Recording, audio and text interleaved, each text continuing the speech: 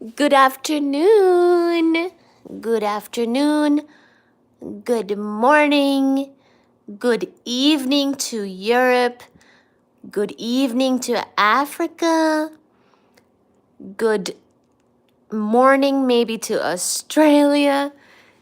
Good night to Asia. But look at this.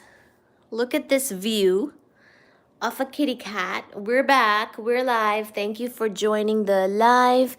Welcome, welcome. There is an extremely sunny day today here in Boston, which hopefully melts this snow that's on the ground and makes it so that we don't have to pay for snow removal up front on the sidewalk, which has led to a fine for me, in fact.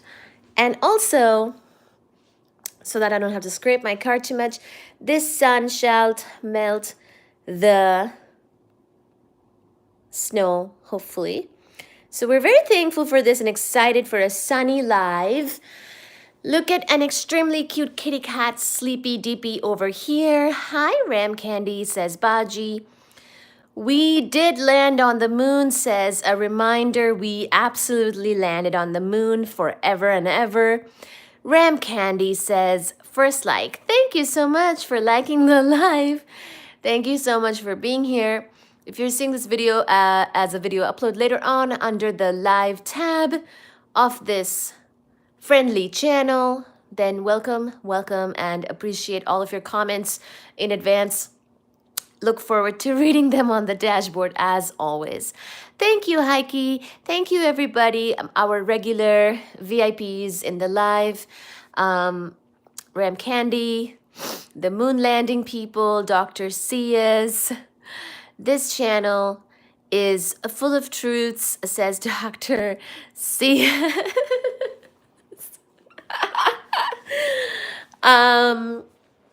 This channel is indeed full of kitty cats and truths and physics and astronomy. And today we are going to talk about the planets again. And in fact, we will talk about a planet that we missed last time, which is Mercury, of course, a planet in our own solar system, closest to the sun, apparently with no moons. And we will learn more about it. We, of course, had a Venusian chat last time, as well as a little bit about our own home planet, the Earth, as well as Mars. Today, we will talk about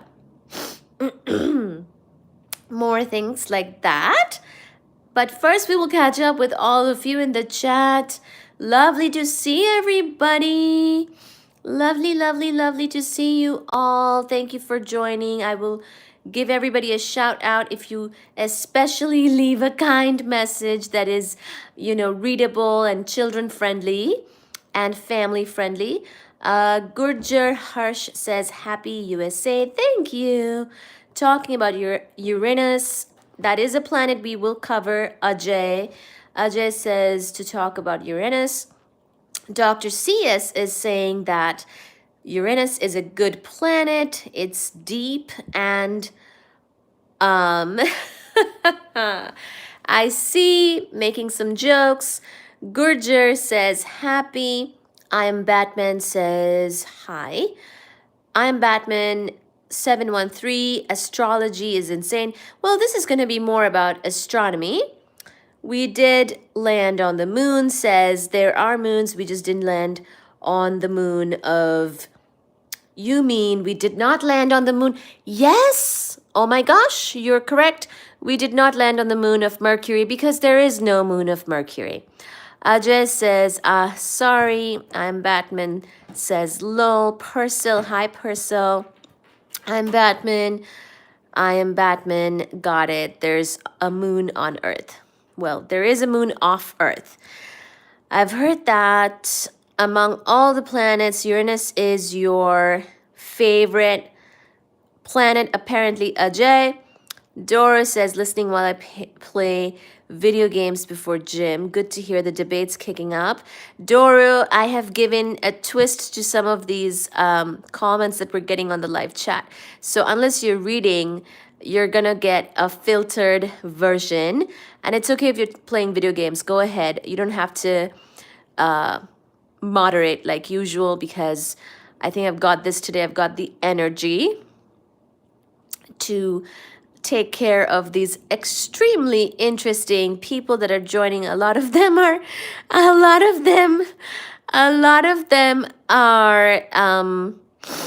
new. So I'm just kind of getting a feel for this current environment off Earth and this live stream on this extremely sunny Sunday, where we will be hanging out with kitty cats and planets. I Am Batman has a favorite planet that they have announced many, many times. It is a Jovian planet. I will say it is kind of far from the sun, and we will cover it. And if it gives people joy, he did or she did say Uranus. Got it. It's your favorite planet. Okay. Oh, yeah, you're committing fake news. I'm not committing fake news. I'm just giving a twist to some of these ruder comments, making them a little bit more family friendly, because it is Sunday afternoon here in Boston time, and I would not like if people were uncomfortable due to some of these rather twisted things that we're seeing here. I'm sorry, reveal yourself, Miss Kind Soul. Hello, Ajay. You know, there are many, many lives where I do show my face. I don't think this will be one of them. Doro says, nah, just kidding. You will do what you do. Thank you, Doro Madness. I'm Batman is absolutely obsessed with the particular planet that we have been mentioning. And then you're too sweet to be from Boston. Well, I'm not from Boston originally, but at this point, I'd rather, might as well be from Boston since I pay the parking fines here. I'm just going to go with saying that I'm from Boston because that's where I live, but I am originally from a whole different country that you can maybe guess on. And if you're new, and if you're, sorry, not new, then don't tell them where I'm from, because people probably know, some of the people who are on here. Thank you for liking the live. Thank you for being here. You sound like an angel. I'm sure you existed before Adam and Eve. Look at that. Look at that. It's a good thing Dora Madness is playing video games, because he is usually the mod, and lately he has been extremely strict with people. She's actually beautiful. Yes, the kitty cat. And if you're talking about me, well, thank you so much. I saw her. Wow. Okay. Thank you. What would be excellent is if you could like the live and stay on and continue to chat and listen as we talk about planets going forward here today. I just wanted to get this live started while it's so sunny and while Suji Mama is in such a nice...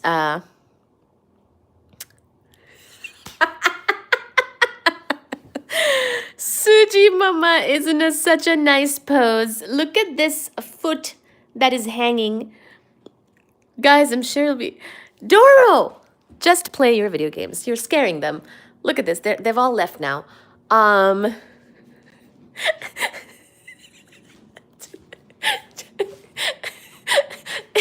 But I will say that...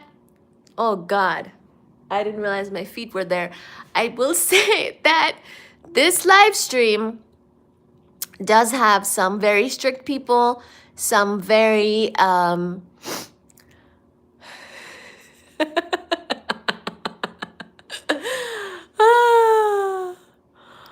my gosh. Yes, mocking. So this live stream... This live stream, I will just say, because this live stream is for physics, there is a number of people high on sarcasm who will mock you, probably just either I don't know, behave or grow thicker skin because I didn't do any modding, just mocking. YouTube's algorithm be wilding. I'm a guy from a different country, different time zone, different race, an entirely different mood. Watching you chill with a kitty talking about Uranus. Oh, yes. So we will talk about the planets. We usually do cover physics, astronomy, cosmology, all of that stuff, along with the kitty cats here on the live. Do you think God can exist even if there was no God in the singularity, but he somehow evolved through endless evolution and time through evolution and AI and through parallel universes until finally it became the supreme being, the ultimate collection of love in the laws of physics, and it loves you? Oh, thank you.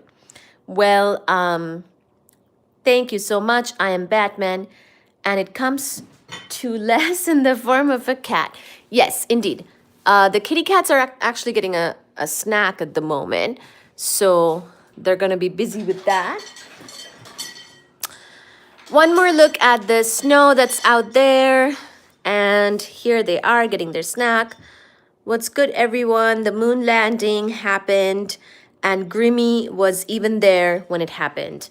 Grimmy here has been a strong proponent of the moon landing.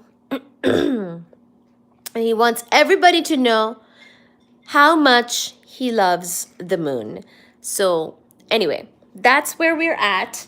We will be covering some topics from this book called Foundations of Astrophysics by Barbara Ryden and Bradley M. Peterson. This is what we will be mostly using for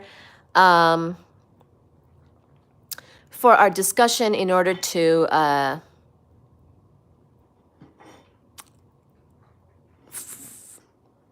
wait, I'm distracted. Kitty cats are gods. How nice. Thank you. The thing about cats, they don't care. Okay.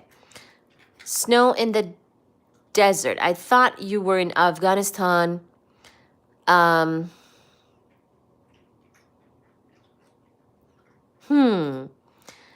Interesting.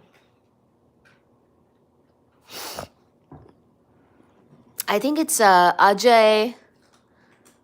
Oh yeah, and also I'm Batman. Your comments will get held, unfortunately, and it will give me and Doro some work if yeah, exactly. Anyway, so we will be talking about the planets. Get ready. Until then, hang out with the kitty cats, because we will indeed talk about the planets. And actually, let me just make sure that Suji Mama here is getting ready and settled. And then we will talk indeed about Mercury today. So I'm just trying to make sure that she has a good spot first, because I'm just going to be, oh, look at her. She realized that she can be on the couch head. What are the let's talk about some real scientific stuff. What are the odds of a surviving out of 10 billion what? 10 billion plus 1 quarks. Did you know what happened when Stephen Hawking went to the Epstein Island? I don't believe that I do. You could elaborate on this if you'd like. Doro Madness is laughing, maybe about this Epstein thing. I'm not sure I know what that is, actually. I'm not sure what that is. You could tell us if you'd like. Madeline! Oh my gosh, Madeline, how are you? Of course I remember you, and I haven't seen you in a while. So, guys, be very careful now. There are children in the live chat. Make sure your comments are very, very child-friendly, family-friendly. Suji Mama, yes. Her name is Suji. Epstein talk in this chat will be hilarious. Yeah, maybe hold off. I don't know. I have vaguely remember something about Epstein. I don't know if it's family friendly or not. At the afternoon live time, it's very likely that there are kids who are joining. So just keep that in mind. 2 types of planets. Oh, yeah. So this chapter we kind of covered. No, for real, it's not funny. I'm Batman. I'm trying to stop these evil things happening. Okay, so let's see. Family-friendly topic of... So we actually covered our moon the other day. And we covered Venus. And we covered Mars. We might actually cover that again a little bit. Look at Baji Babu. Look at Baji Babu. Hi, Shona. Madeline, how are you doing?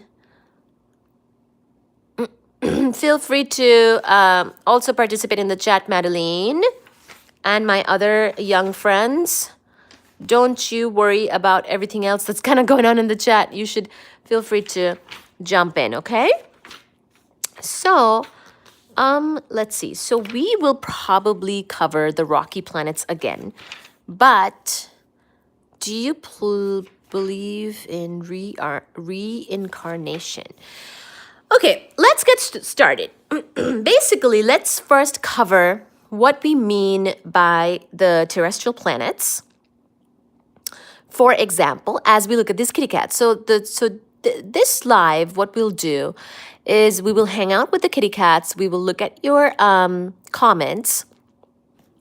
We will definitely read all your comments, probably. And, you know, I might have to look up and do it from time to time, but pretty much if you're putting something in the chat, I'll probably read it out, especially if it is family friendly. And we will start to cover the planets and the especially terrestrial planets. And at this time, which is like the Sunday time for us in the afternoon, especially when it's sunny, it's a good time for a lot of kids to join generally. So this is sort of for them more. And I realized that planets are a topic that, you know, might be good for kids or any family members, really. So that's why this is the timing of that. We also go live at night or sort of later in the evening, which is generally our physics lives, more focused on physics. And usually I'm on there and my face is on there. But right now we're going to look at the kitty cats. So the terrestrial planets in order of increasing distance from the sun. So I mentioned, of course, Mercury is the closest to the sun. Who would have thought Planet Talk would bring the... Yes, the terrestrial planets in order of increasing distance from the sun are Mercury. So Mercury is very close to the sun, 0.39 astronomical units. So the Earth, so I'll tell you one thing right off the bat. The Earth is considered to be, in astronomy, basically we give the distance between the sun and the Earth, this unit called 1 AU, astronomical unit. So basically this AU comes up a lot in astronomy. If you take astronomy now, or if you grow up and take astronomy, or you took astronomy when you were younger, older, whatever, you will see this AU unit a lot. Pretty much it's going to be, pretty much you're going to be looking at astronomical units. They come up again and again and again. So Mercury is only at 0.39 AU. Venus is at 0.72 astronomical units, or AU. Earth is at 1. Mars is at 1.52. And those are the terrestrial planets. You'll find out how these are actually the rocky planets. Pretty much after this, all the planets that are the bigger planets, the Jovian planets, are not rocky. We kind of talked about why that is. We might cover that again, as well as your favorite planet, apparently, which is Uranus. But right now, we're going to talk about these rocky planets. In order of decreasing mass, They are Earth. So Earth has the most mass out of these rocky planets. So again, a unit sometimes we talk about is mass of Earth, m Earth. Basically, we might compare everything to this m Earth when it comes to planets. And you will often see that when it comes to stars, we compare things to the solar mass, which is our sun. So our sun's mass is sometimes given this symbol of the sun next to an m. And in verbally, we call that, or, in verbal mode, I just call it M sun. So M sun is nothing but the sun mass or the solar mass, our own sun's mass. And oftentimes, lots of stars are actually compared to this M sun. And M earth is basically again, the mass of our Earth. Lots of times planets' masses are compared to this M earth mass. So, of course, Earth, out of these rocky planets closest to the sun, has the biggest mass, M Earth, 1 M Earth. Venus is 0.82 M Earth. Mars is 0.11, that is 0.11 M Earth. And Mercury is 0.056 M Earth. So, of course, Mercury is very small. Mercury is very small. Even Mars, which is, of course, a planet of interest as far as us going to another planet to potentially settle in another planet, is, what? Okay. I wasn't paying attention to the comments, but I see some things happening. So Mars, of course, as you know, we are in the talks. With our modern technology, we might try to settle in Mars. We have, of course, sent things to Mars to learn more about it, including with the Mars rover. But it's actually much, much smaller than the Earth. So for reference, it's 0.11 M Earth. So very much smaller. Anyway, and Venus is very much close to the mass of the Earth. And of course, Mercury is very tiny. The terrestrial planets are primarily rocky and metallic bodies. So a little bit of this might be review for people who were on the planet's live stream earlier. But basically, you already probably know this, that of course the terrestrial planet, partly why they get this name is, of course, they're rocky and metallic bodies. They have metal and they're rocky. They've cooled, in other words, in a way to actually make rock. A group portrait shows their relative sizes. We might look at this portrait in just a second here. We'll discuss each of the terrestrial planets aside from the Earth, which we've already covered in the previous chapter. So we talked about Earth a little bit, actually, we talked about the Earth during an earlier live. I don't know if we talked about it extensively. I know we talked about the moon a lot. So we might go back and cover the Earth again, or in more detail than what we have done so far. But pretty much it's going to be the other rocky planets that we cover in more detail today. Thank you for subscribing. Thank you so much for being here. Welcome, welcome. Welcome to the live.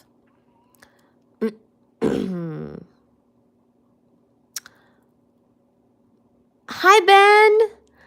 Oh my gosh. Oh my gosh. Yay, Ben is here checking in. Thank you so much. String theory, gravitational force. Okay.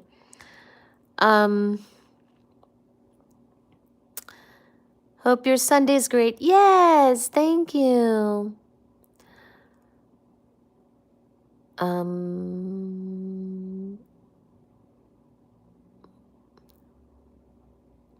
Oh my God. Okay. All right. Very interesting chat.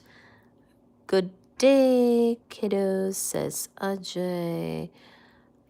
Okay. Well, thank you so much, Dora. And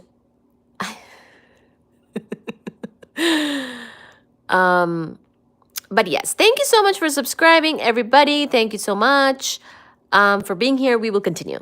I just wanted to look real quick at the comments, but yes, thank you for chatting. There's a lot, and I see that people are definitely interacting. Okay.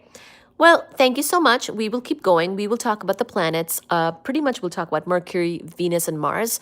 We have talked about them in the past, but we will review. And also, we actually did not talk about Mercury, so we will definitely do that right now. So Mercury, again, the smallest one, it is 0.056. So the fraction, 0.056. That's so tiny. That is the fraction of the mass of the Earth. That is the mass of Mercury. Mercury is difficult to observe from the Earth because it is never more than 30 degrees away from the sun. Aha. So this difficulty led to early mistakes about its rotation.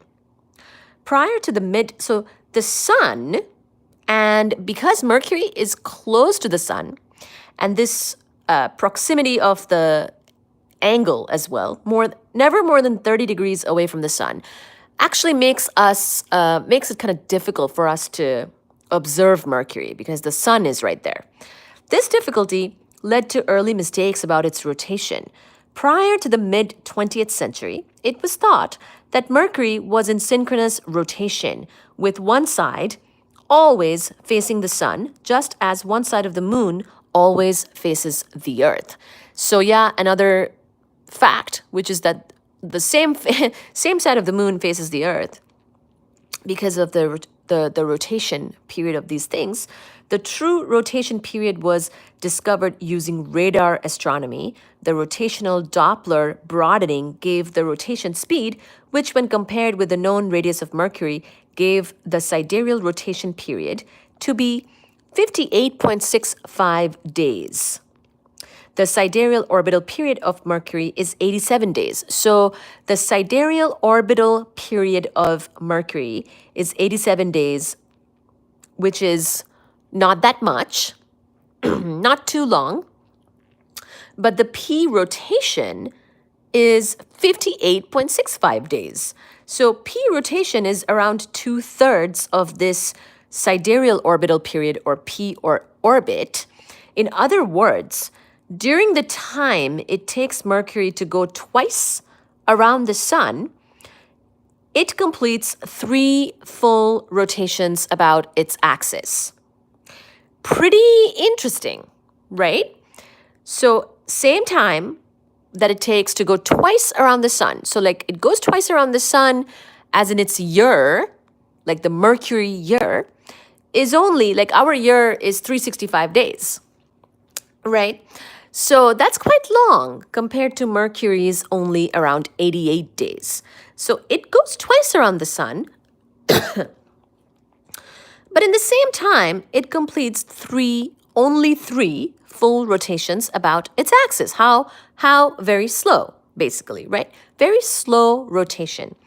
The length of the solar day on Mercury is thus 175.9 days. Goodness.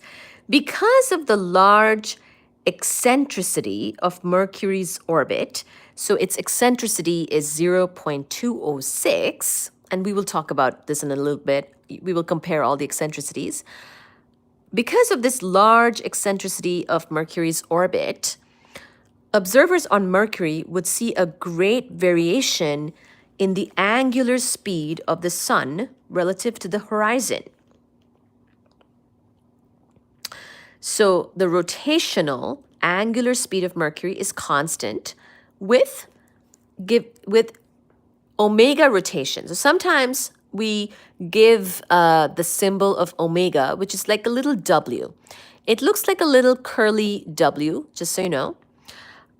So here we're saying that omega rotation is equal to 2 pi over P rotation, which we know P rotation was 2/3 of the P orb. And all that comes into saying that the omega rotation is 1.5 of the omega orbit. So all of that leads to some more math, and the angular speed with which an observer on Mercury. So if you were on Mercury, what would your experience be looking at the sun and things like that? Because you're close to the sun, your own rotation on your axis is kind of slow, but you go around the sun pretty fast. So the angular speed, pretty fast as in actually really fast. The angular speed with which an observer on Mercury sees the sun move relative to the horizon is the same as the angular speed of Mercury's rotation as measured in a frame of reference co-rotating with a line drawn from Mercury to the sun. Interesting. So when Mercury is at aphelion, so farthest away from the sun, an observer on Mercury will see the sun move relative to the horizon with angular speed of around 0.83 omega orbit. So, or about 3.4 degrees per day.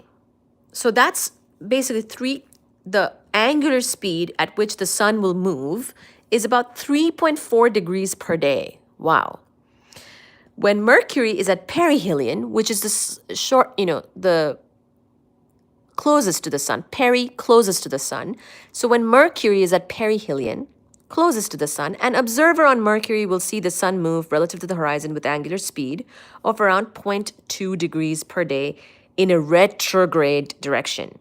So how strange. So 3.4 degrees per day of sun movement when it's at aphelion, and 0.2 degrees per day in a retrograde direction, as in it's going backwards. So, goodness gracious, very different experience if you were an observer on Mercury versus, of course, if you're an observer of the sun on Earth.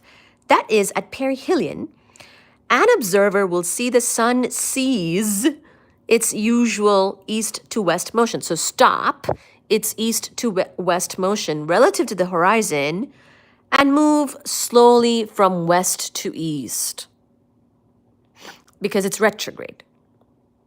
So very, very, very, very different, right? Very different. So again, at perihelion, an observer on Mercury will see the sun stop its usual east to west motion relative to the horizon and move slowly from west to east. The rotation period, P rotation, and orbital period, P orbit, of Mercury are commensurate periods. That is, their ratio is equal to the ratio of two small integers. Well, we saw that because it's like 2/3, right? 2/3, two small integers.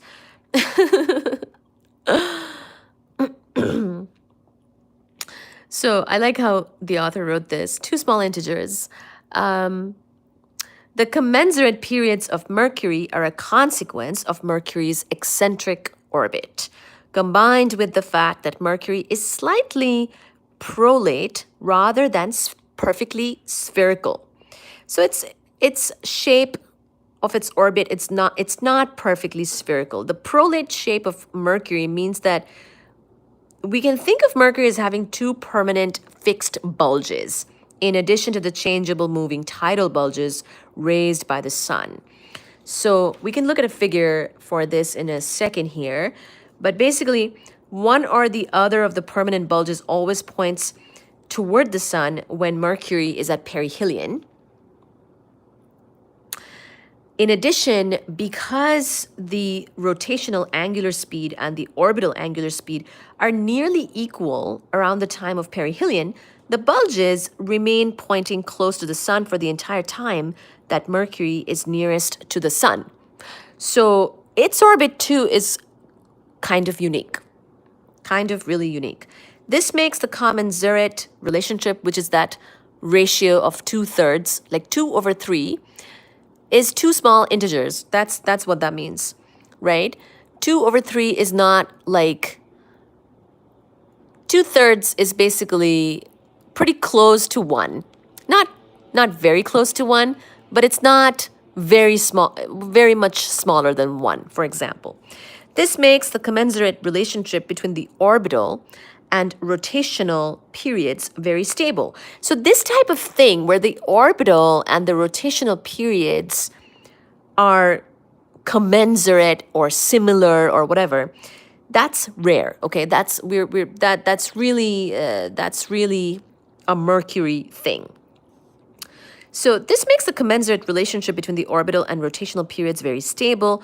If Mercury's rotation rate were to slow down even more, it's pretty slow, I feel, on its axis, then the bulges would be misaligned at perihelion.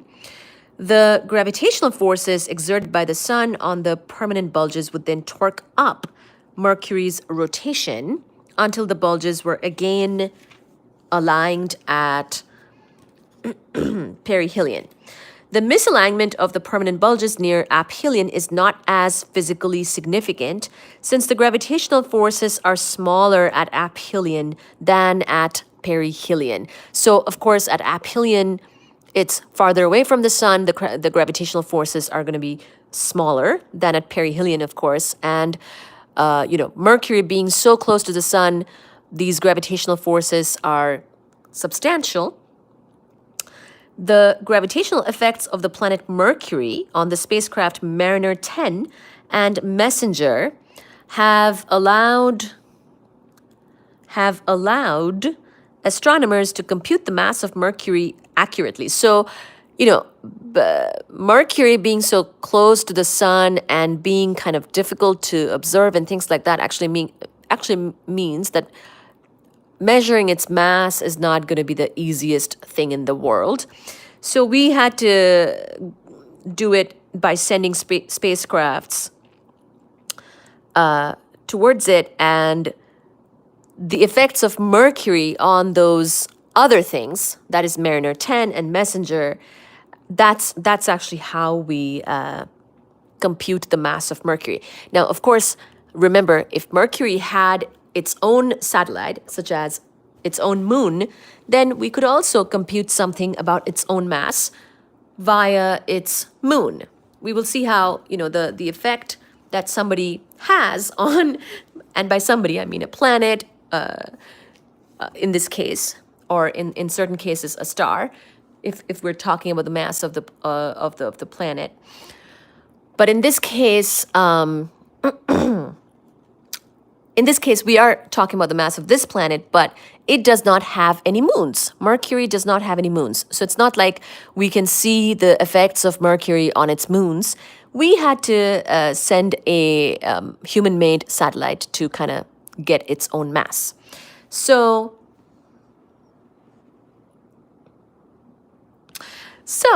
the gravitational effects of the planet Mercury on the spacecraft Mariner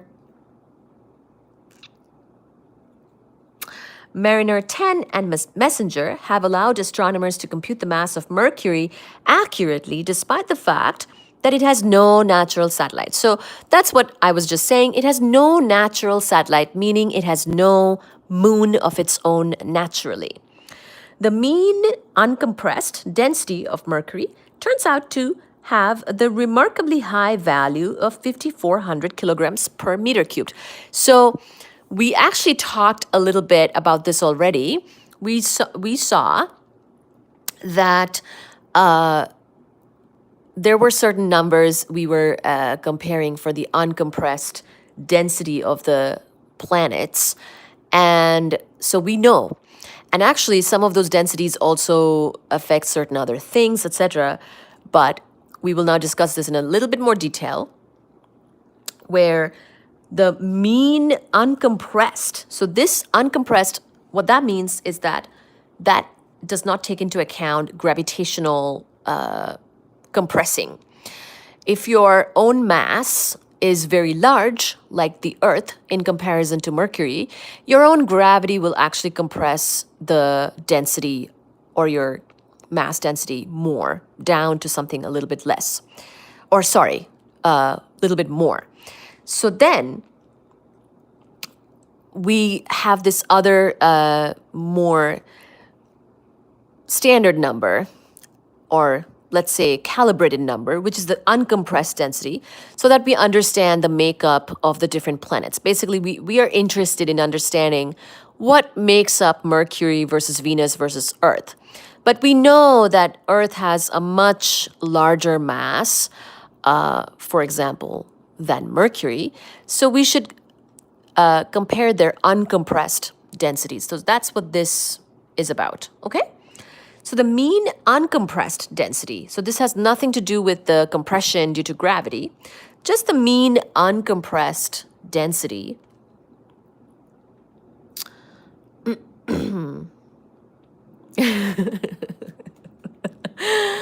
the mean uncompressed density of Mercury turns out to have the remarkably high value of 5,400 kilograms per cubic meter. So density, again, is given by, of course, a mass divided by a volume. And in the scientific units, that is given by, kilograms is the mass unit and volume is cubic meter here. Okay, so meter cubed. So 3 meters, 3 lengths is a volume. So this density of 5,400 kilograms per meter cubed is the uncompressed density of Mercury. And we actually saw earlier that the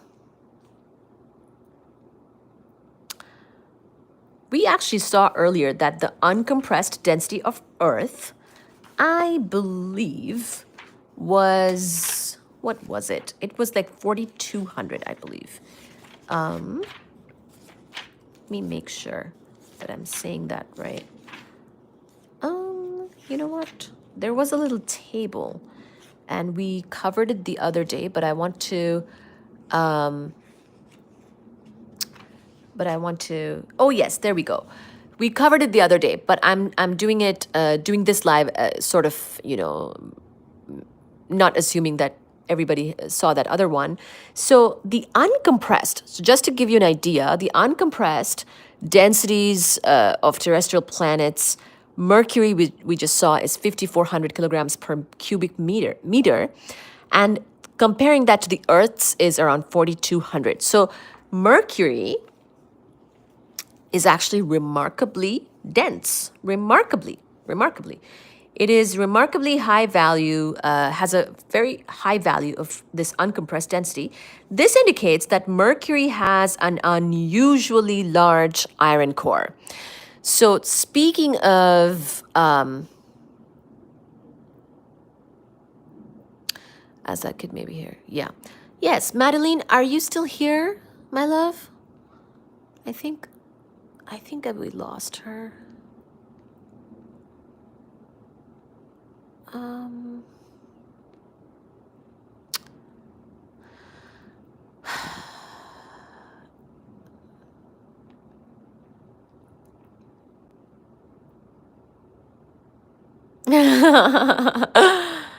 Yes.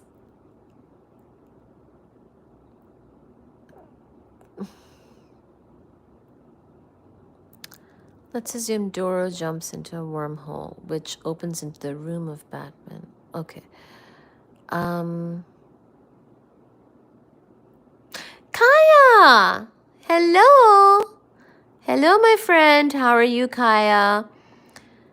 Maybe Batman was that quiet kid in class. Truthfully, I don't even care. Kept cursing, told him not to. Yes. Thank you. I'm so sorry we lost her. Well, I mean, I hope she's around and may come back. Kaya, hello. No, long time no see, Kaya. So yes, Kaya is also one of my afternoon VIPs. Continue, Miss Neil DeCrass. Okay, thank you. Nausat, hello, hi. Hi, Nausat. Hi, Kaya. Hi, Madeline. And Yash, if you're joining, hello to you too. I know it's nighttime in Pakistan, so sometimes the kids are already asleep at this time. But sometimes there's a bunch of kids who join from the US and Europe time, actually, at this time, because they like the cats. So, yeah, okay. So this indicates that Mercury has an unusually large iron core. So remember how I mentioned these planets are rocky and metallic.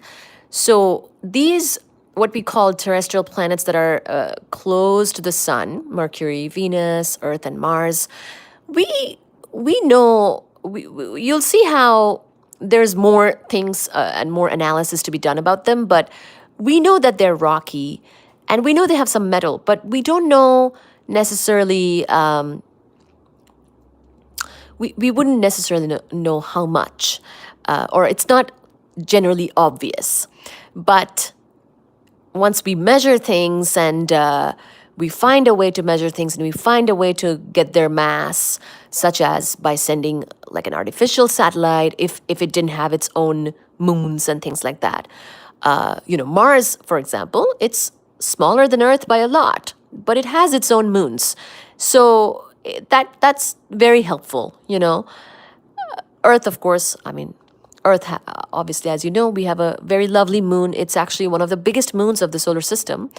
Not the biggest, but it is one of the bigger moons in our solar system. But Mercury has no moons.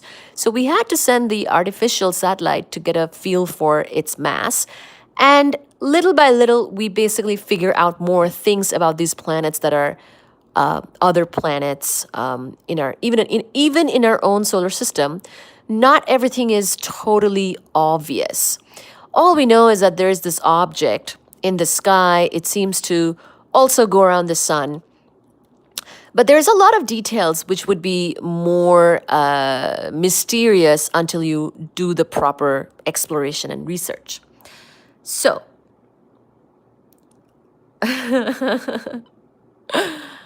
yes, hello, Steven. Hi. I think the kids, I don't know how many kids are really here anymore because the kids are usually very active in the chat. So if they're not saying a lot of stuff, then they might not be here anymore. Steven, hello. Indian American. Yes, indeed. That is what I am. So, yeah, I should have started the live even a little earlier because around 1 p.m. or so, I think is when they join more. And if the kids were here, you would see them. They'd speak a lot to each other. So it's 1:20 a.m. here. Yeah, is that in India, you mean? Yeah, so sometimes at this time, I also get a lot of people from India and Pakistan, sometimes a little older kids, not the very young kids, like the 8-year-olds and 9-year-olds and 10-year-olds are generally in bed by now in those countries. But I get maybe teenagers at this point. She's Belgian. That's true. I am Belgian. Yes, we've been talking about that. Exactly. We've been talking about we just covered the rotational periods, the two different rotational periods, on its axis as well as on or around the sun. So now we're talking about how Mercury has an unusually large iron core. To give Mercury an uncompressed density, oh yeah, I forgot. The British kids might be joining soon. So I know sometimes around this time also the UK people join, and some of them are also young. So yeah, this indicates that Mercury has an unusually large iron core. To give Mercury an uncompressed density of 5,400 kilograms per cubic meter. So a tiny planet like Mercury, to get that 5,400 kilograms per cubic meter, a skimpy 600 kilometer thick mantle of rock must lie atop an iron core with a radius of 1,800 kilometers. So Mercury has a gigantic iron core. There is a very skimpy, let's say thin, 600 kilometers thick mantle of rock. So how big this mantle is, of course, is also different for the different rocky planets. You will see Earth mantle is different, Venus mantle, But it looks like goodness gracious, Mercury's iron core is 1,800 kilometers of radius. So that's huge. The iron core is a lot bigger than that mantle of Mercury. So the core is in the middle, and then there's the mantle, right? So the disproportionately large core may indicate that Mercury was once more massive, but then lost most of its mantle in a large protoplanetary collision, similar to the collision in the giant impact theory for the formation of the moon. So one of these nights, we talked about the formation of the moon and how there are a few different theories. It's difficult to know exactly what happened, but there are a few different theories. And, we talked, there was one which was quite compelling, where we basically said something might have collided with the Earth and contributed to a larger iron core of the Earth, and the stuff that ejected out was mostly rocky, and that is the current moon now, and that part does not have that iron core. And so the moon rockiness or density or material is significantly different than the Earth rockiness. So, and it does not have, just turns out, it does not have the same level of diversity in its rockiness as the Earth does. So, that's one theory. But because Mercury has such a humongous iron core, it's almost gives us some pause and makes us think that maybe it was once more massive. And now that I'm thinking about this as well, those hot Jupiters I mentioned in one of my lives earlier, where, we are looking for exoplanets, right? Planets that are outside of our own solar system, or exoplanets. This is in relation to our interest in finding alien life. Alien life could be any type of alien life, really doesn't have to be human being, or, it doesn't have to be anything like people, humans, cats, dogs. It could be just some other life form that's alien, meaning it's outside of Earth, and especially in other completely different systems, or star systems, or other planets, exoplanets outside of our solar system. Now, we would look for planets around some other stars completely, because, well, those planets would need some form of, energy, power. Life doesn't just happen, without, like, look at this. Like, look at this sunny day. The sun is giving us so much heat and energy, and basically what gives us life. And so we look for other stars that could be kind of like the sun, or maybe different from the sun, who knows. And we look for planets around those other suns, let's say, or other stars, not our sun, but other such suns. And what we found is more Jupiter-sized planets. Those are also more easier to find because they're bigger. And I'll read about this. I'll tell you about this more later. But basically, we found a bunch of hot Jupiters. That's one name that we give it. And so these are big, right? And I wonder,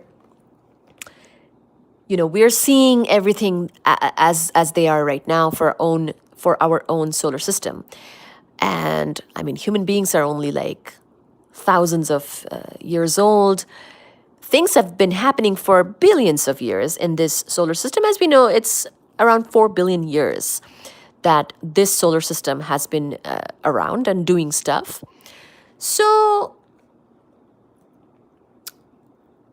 a lot could have changed over time, and it could be that Mercury was once more massive.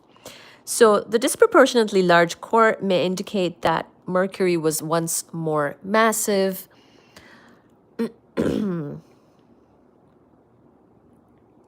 But then lost most of its mantle in a large protoplanetary collision.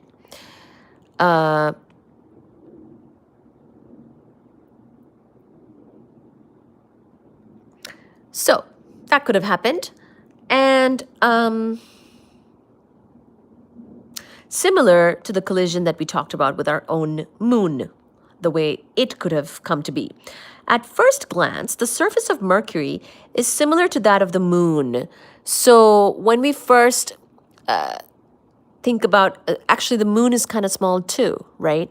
So at first glance, the surface of Mercury is similar to that of the moon. The primary surface features are impact craters. So the primary surface features, like the main, what's the main feature on the Mercury's surface is actually these impact craters. And we talked a lot about these impact craters as well in relation to our own moon the other night. The largest impact crater on Mercury is called the Caloris Basin. This is spelled as Caloris, Caloris Basin, and it's approximately 1,300 kilometers in diameter. Wow. This impact crater, Caloris Basin, is approximately, again, 1,300 kilometers in diameter. However, Mercury does have some unique features that are not found on the moon. So we talked a lot about the impact craters on the moon and how those were probably formed during a certain period of this solar system where we had a lot more smaller objects and debris still kind of just flying around. And eventually all of this was swept up and contributed to planet formation, and there was basically like a sort of a spring cleaning or house cleaning of this solar system where we now don't have as much smaller objects and debris, and we can think of that time as sort of the part of the formation. So we talked about planetesimals, little planets, planetesimals. Basically, these in this previous live, we talked about how the solar system forming is sort of like this massive condensation of a very massive gas cloud in this galaxy happening over time, over a long time. And some of the smaller the biggest condensation is the sun, and some of the smaller ones are really the planets that we are now on, or this planet that we're now on and the other planets. But basically that wasn't it. Pretty much as things were still kind of condensating rather, and there were these what we called planetesimals, which are not really full-on planets, but the stuff that will eventually will impact things or get absorbed, let's just say, by these, bigger, more defined planets as time goes by. There was a big that sort of thing happening at one point during our evolution of this solar system, and impact craters were formed during that time. So in fact, there was let me just read about it real quick from the moon part, because we talked about it a lot. So, oh yeah, let me just read this part real quick, because hi Shona, hi Fuji baby, hi Suji mama, hi Baji baba. So let me read about this impact crater thing real quick. There was here it is. So we talked about these large impacts happening in relation to the moon. So let me cover this part real quick so you know in general why we got impact craters as we talk about the impact craters on Mercury. Very large impacts can fracture the lunar crust. So at this point, we're talking about the moon, to a great depth and allow subsequent flooding by molten rock from the mantle. This is how the Maria were formed, the Maria on the moon in this case, on our moon.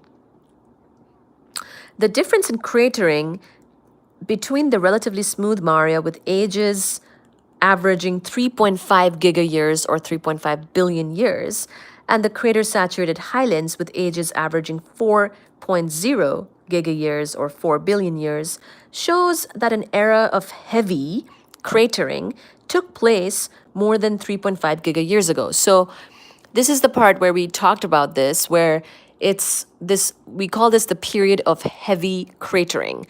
When this was happening and impact cratering was happening on the moon, at that same time, similar methods would have led to these impact craters on also Mercury, which is what we're on right now.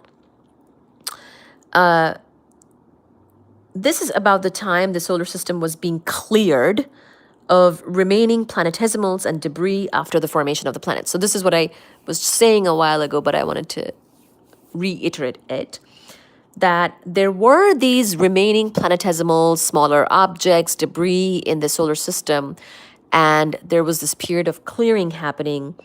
And in addition to the moon, all the terrestrial planets underwent the heavy bombardment. So literally, the debris is hitting you, all these planets, all these, even the moon, in our case, our moon, and all this heavy bombardment, and all bear the scars to a greater or lesser degree. Basically, all the planets and moons may or may not have such scars, basically, from the heavy bombardment period. Yes, kitty cats are enjoying. Kitties are learning too. Yes, kitties are learning about the planets. That's what the live is. And so are you. So, the Earth seems less affected than the other terrestrial bodies, but this is simply because erosion by wind and water is more efficient on the Earth and has obliterated craters that formed long ago during the epoch of heavy bombardment. This is exactly what I was talking about in relation to Mercury today, which is that there was a period of heavy bombardment pretty much more than 3.5 billion years ago.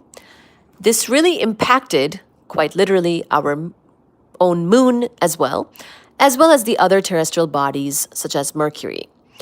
And it impacted our Earth as well, but our Earth is very efficient in terms of, well, our Earth has a bunch of water, oceans, right? And it's efficient with kind of obliterating these craters because there's erosion by wind and water, and more surface features have basically taken away some of these impact craters on Earth, as more surface features have evolved over time since that time. So we might not know about these or see these too much on Earth, but these are definitely a thing on the other rocky bodies of our solar system. So that's what I wanted to mention. There was a period of what we call heavy bombardment that led to the impact craters. Now, coming back to our topic of Mercury, the largest impact crater on Mercury, the Calories Basin, is approximately 1,300 kilometers in diameter. However, Mercury does have some unique features not found on the moon.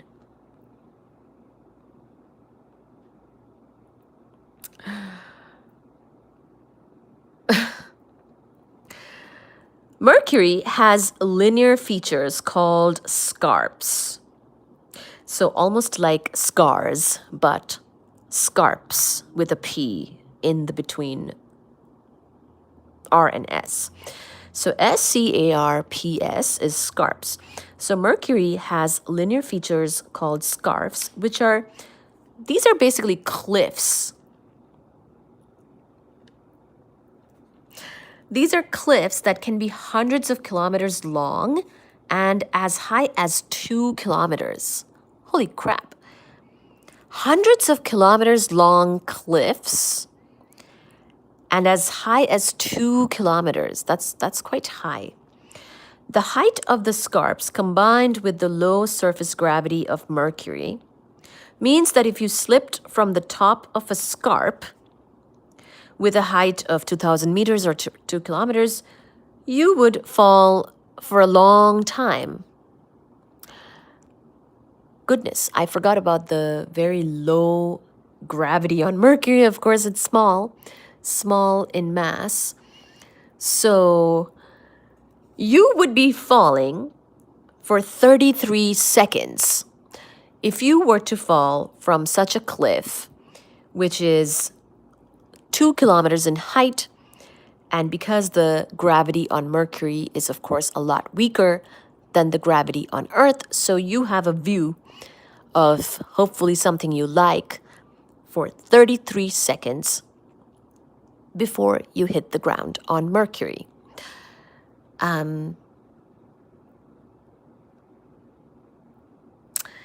So by the time you reached the base of the scarp, you would be traveling at a speed of around 120 meters per second or 440 kilometers per hour, an unhealthy speed at which to slam into a solid rock. So it's still pretty high velocity to be hitting the base with, to be hitting solid rock with, because Mercury is solid rock.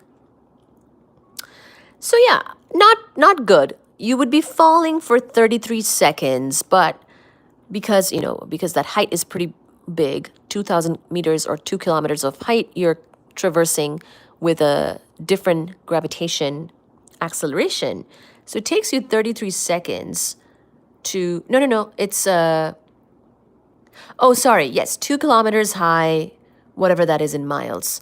It would take you 33 seconds to hit the ground at a speed of around 120 meters per second.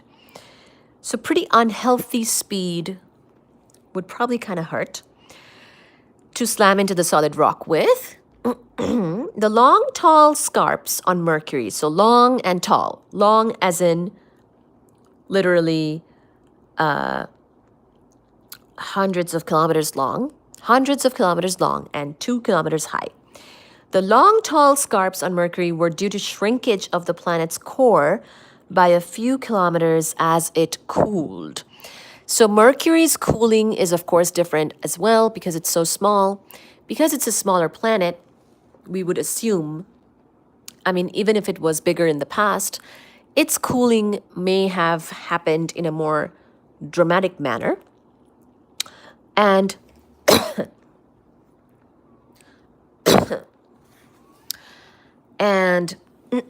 excuse me, and the long, tall scarps are a result of this shrinkage of the planet's core by a few kilometers as it cooled.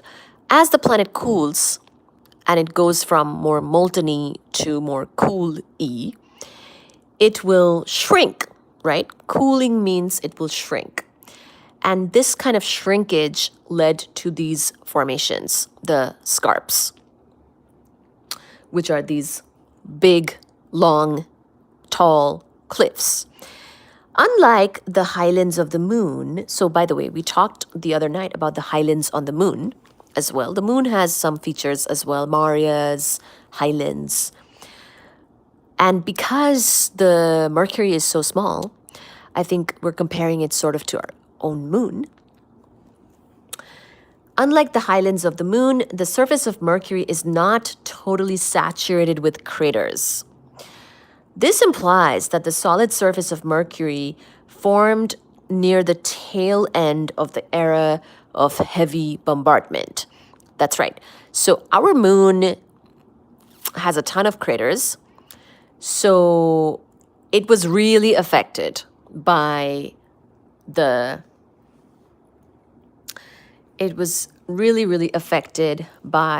heavy bombardment, or the era of heavy bombardment, with a ton of craters forming on its highlands. But Mercury does not have as many craters as our moon, so we think that would imply that the solid surface of Mercury formed near the tail end of this era of heavy bombardment. Because of its high... Oh, kitty cat.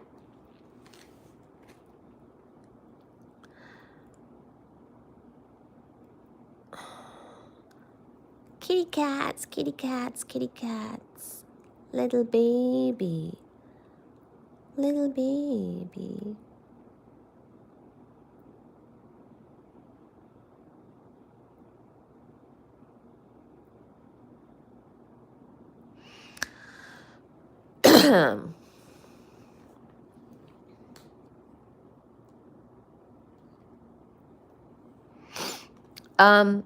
Because of its high subsolar temperature and its low escape speed, Mercury has no permanent atmosphere. So I think Stephen Spears was asking about the atmosphere of Mercury. We're gonna talk about that. Doesn't Mercury have a thin atmosphere? Yeah.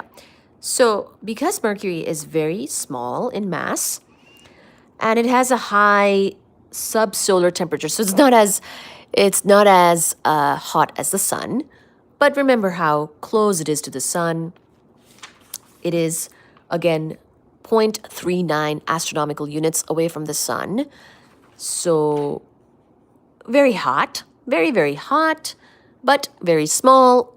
Because it's so small, it did cool, but it's still kind of hot in terms of its surface temperature because of its closeness to the sun. Tenuous thin atmosphere. Okay, so because of its high subsolar, oh, look at Baji. He's kind of enjoying the sun, but his face is buried in his hands. Look at my Baja. Look at my Baja, as in Baji Baba.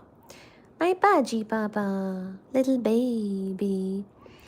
So because of its high subsolar temperature and its low escape speed, Mercury has no permanent atmosphere. However, it does have a transient tenuous atmosphere consisting primarily of sodium and oxygen that's released when micrometeorites vaporize bits of Mercury's crust. So, as Stephen was pointing out, there is this thin, tenuous atmosphere. It's transient, as in it's not constantly there. So permanent means a permanent atmosphere. It's always there, like we have one.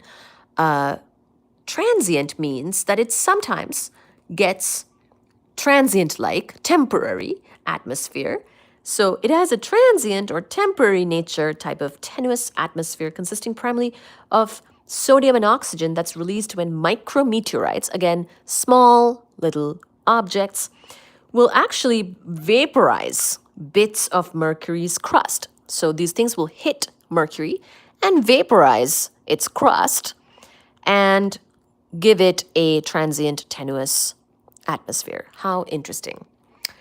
In addition, there are traces of hydrogen and helium from the solar wind. So yeah, we should remember also, of course, sun is mainly hydrogen and helium.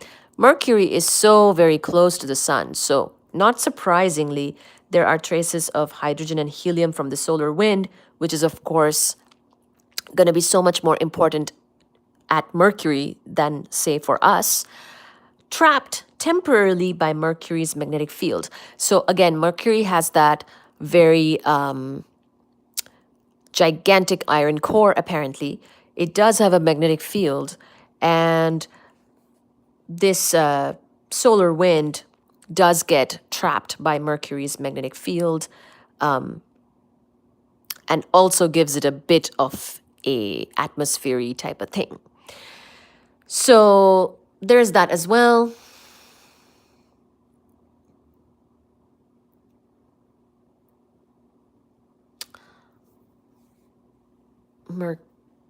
Mercury. Does Mercury have anything to do with the element Mercury? That's a great question. I'll have to look into that before I say something. Yeah, I should look into that. Thank you for the question. So Mercury's magnetic field strength measured at the surface of the planet is 3 times 10 to the negative 7 Tesla. So as you know, magnetic field, the unit of magnetic field in scientific units is Tesla, named after, of course, famous scientist, very awesome person Nikola Tesla. So in addition, so again, there are traces of hydrogen and helium giving it a transient atmosphere as well from the solar wind being so close to the sun, and also because it has that magnetic field. And this magnetic field strength on Mercury is only, or it is not only, but it is 3 times 10 to the negative 7 Tesla, which is actually quite a bit. So that is approximately 0.01 the magnetic field of the Earth, which is pretty strong for such a small, slowly rotating planet. Because remember, Mercury's rotation on its axis is so slow. It's almost commensurate or comparable to its rotation around the sun. That was the discussion we just had in the beginning. So, as you know, being a metal and then rotating on your axis, or having a ton of metal and then rotating on your axis, will give you the magnetic field. So, this is another evidence, basically. So, Mercury's magnetic field strength measured at the surface of the planet is 3 times 10 to the negative 7 Tesla, which is surprisingly strong magnetic field for a small, slowly rotating planet.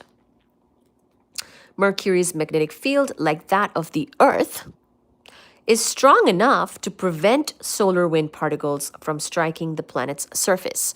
So, sometimes the hydrogen helium traces are there from the sun, but also, depending on what type of charged particles, it can also prevent solar wind particles from striking the planet's surface. So some things may get trapped, and some things may even be avoided. So it's very interesting. I think this further shows that Mercury has a very large, strong iron core. It's very metallic. And even though it's small and slowly rotating, its rotation on its axis is very slow compared to the other rocky planets. But it still has a significant magnetic field. And let me, oh yeah, I already told you, it's 0.01, the magnetic field of the Earth. So,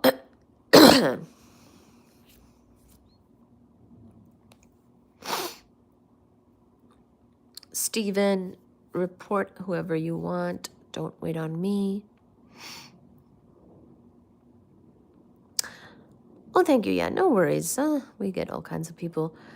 Silly question, does the planet Mercury... So Ajay asked if the planet Mercury have anything to do with the element Mercury. And I think I don't know. I know that Mercury, the planet, in astrology has certain other meanings. And sometimes we say mercurial, mood or temperature, So I don't know. And Mercury, of course, was used to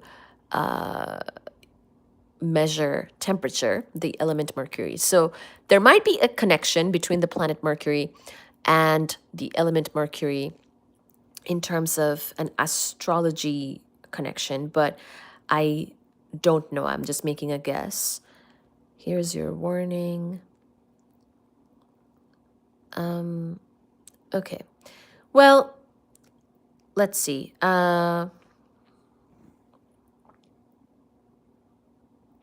Yeah, so good question. It has a magnetic field which also helps to protect it from certain solar flares, as we just saw. Harper, hello. Hi, Harper. Hi, Stephen. Hi, Harper. Hi, Ajay. Hi, Doro. Hello, Stephen again. Hello to everybody on the chat. Thank you so much for being here. I see a lot of things going on. Thank you for modding, and thank you for joining the chat. Really appreciate it. Steven says, or I hear you, be back in a bit. This is a clean family chat. Yes. Yes, this is a clean family chat. Try to hold off on sort of non-family friendly things, I'll pass out listening to the stream. It's 2 a.m. here. Yeah, go ahead and close your eyes as you listen to us talking about astronomy with the kitty cats. This is meant to be soothing, relaxation, peaceful, live, with some information and value add about the planets today. We talk about physics, astronomy, and cosmology mainly on the live. Lately, we've been talking about, oh, hello, Dr. Cias is back. So I'm putting you in timeout for 24 hours. Oh, I see. Dora, yes, okay, we both did it. So Dr. Cias is timed out by 86,000 seconds. So good. Hi, Harper. Hi, Doro. Hi, Ajay. Hi, everybody. Yes, feel free to pass out as you listen or play video games or whatever you're doing. We have been covering these planets and moons type of topics recently. In the past, we've also covered cosmology. We actually got into the gory details of certain equations to do with our universe as well at one point. But I felt that the planets are more kids friendly. Everybody needs to learn about the planets, right? And a lot of kids join during the afternoon, usually. I don't know if I lost all the kids today because of what's been kind of going on, or because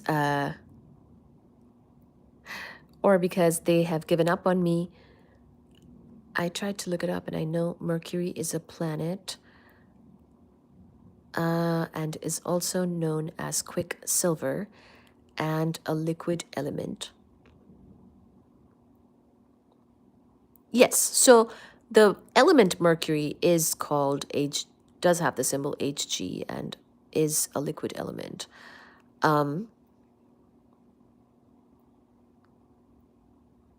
That's okay.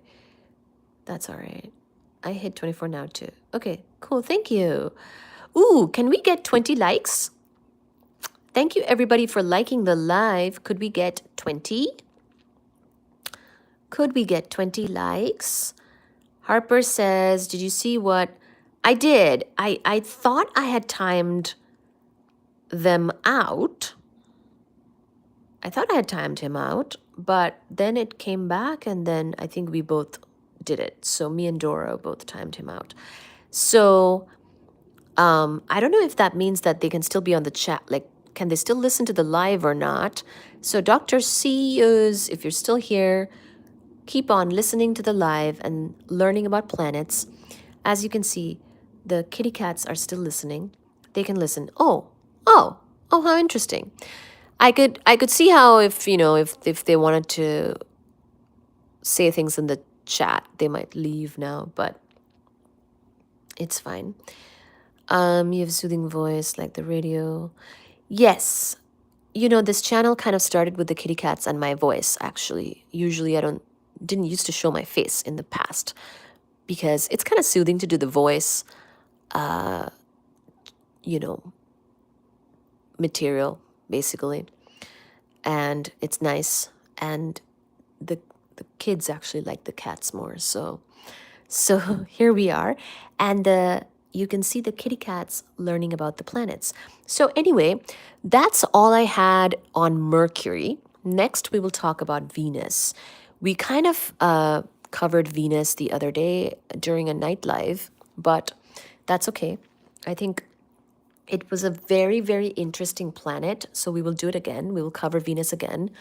And hopefully you will learn about something new with Venus. And the very interesting thing about Venus is that it's in many ways very similar to the Earth. So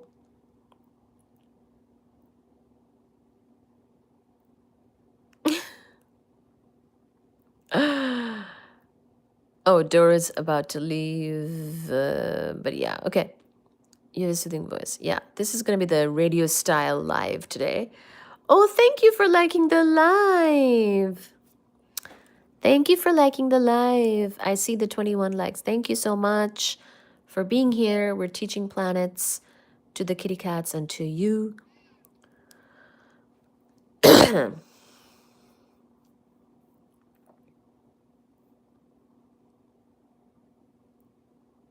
This is a voiceover video right here, actually, if you didn't notice. So so much more than the cats, indeed. So here's the cats, and here's the voice, and here's some more things about planets. I will now take a break. Dora will tell you that these breaks are sometimes indefinite, but that's not the case. I'm just going to be right here, actually. I want to make a coffee. We just finished Mercury. Do you even understand English? Just record yourself yelling that. No, seriously, yeah. These people, Doro has seen all kinds of sides of me, even some very different side. This is the radio side of me. Calm, soothing, relaxation, peaceful content about planets. But a different personality is sometimes available as well. 45 minutes water break. Doro, play your video games. Everybody, continue to chat in the chat. Drink some magical potions. I need to make a coffee. Otherwise, a different personality might come out. So keep on chatting in the live. I'll leave you with the, I mean, I won't leave you because I'll be right here see, right there. Do you see my coffee? Right there. So it's going to be right here that I am. So hang tight. Hang tight. Hang tight. No, I can't do a 3-hour water break because I have dinner plans. I do have a life sometimes. So I have dinner plans. I can't be here. I can't be here for 3-hour water breaking. I love Venus as much as I do Mercury, just as big around as Earth. Yes, almost as big as Earth. So Venus, remember, is 0.82 the mass of the Earth. It's very similar to the mass of the Earth. Plans all week starting Monday. Yeah. So no, I have dinner plans tonight, but I'll probably be back on the live tomorrow evening, you know. But I have to go to Little Italy tonight. So I will not be here tonight, but tomorrow probably definitely will do another live during the evening. Okay. Before I become a more aggressive personality, let me get a coffee. You guys hang tight. Hang very tight. Thank you so much. Oh, and look at this new angle of kitty cats. Shona Fuji. Oh my god. Oh, they're all getting up. They're all getting up. They think they're gonna get a snack. Hi, Fuji sweetie. Come. You can get a snack. You can. Look at what's happening here. They all want a snack. Little babalogs.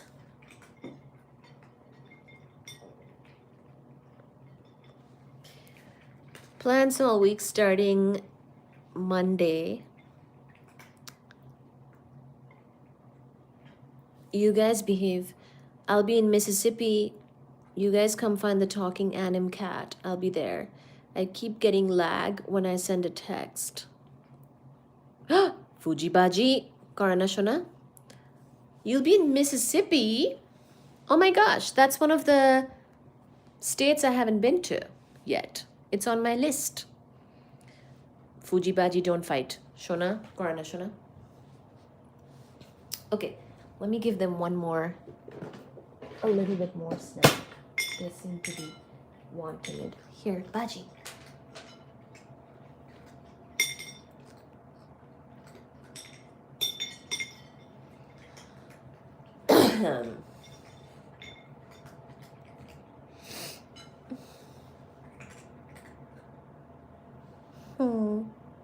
Okay, you can see that view while I make the coffee.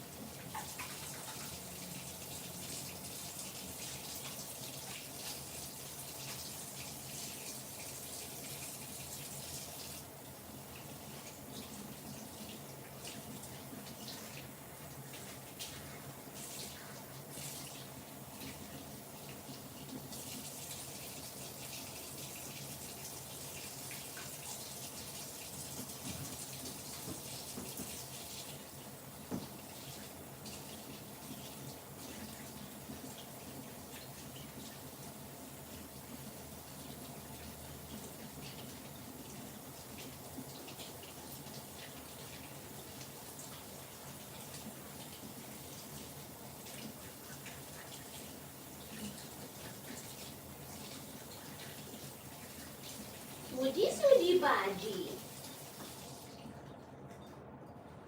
Oh, so I forgot that there were the cooking and baking comments or something. I think people want my soothing voice with a baking video. Oh gosh, oh gosh, oh gosh. I almost tripped. Oh my gosh, you guys.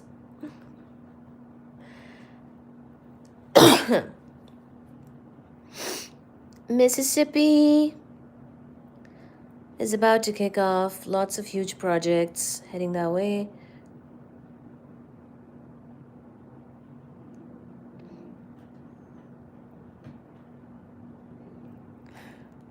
Yes, I would. Apparently, Venus is very poisonous indeed. Okay, hang tight. You guys keep on talking. Keep on talking and look at this Baba. Look at this Baba, touch wood, and thanks to the universe. You're your baby to me. You're a good baby.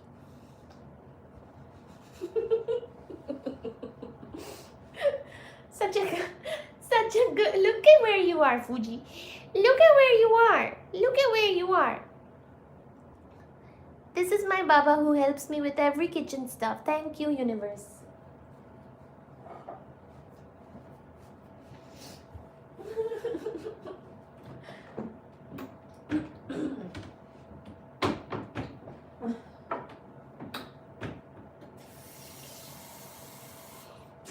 Oh, you know what? 3-hour water break. 3-hour water break. I think we found a few more new people today. Hopefully these people are subscribing. Please do like, share, and subscribe. There could be water beneath the surface. Oh yes, that's right. We were talking about that the other day, about the polar. Yes, Steven. Look at that. Steven's been paying so much attention. Tell us, keep on saying more things, Steven. It's helpful.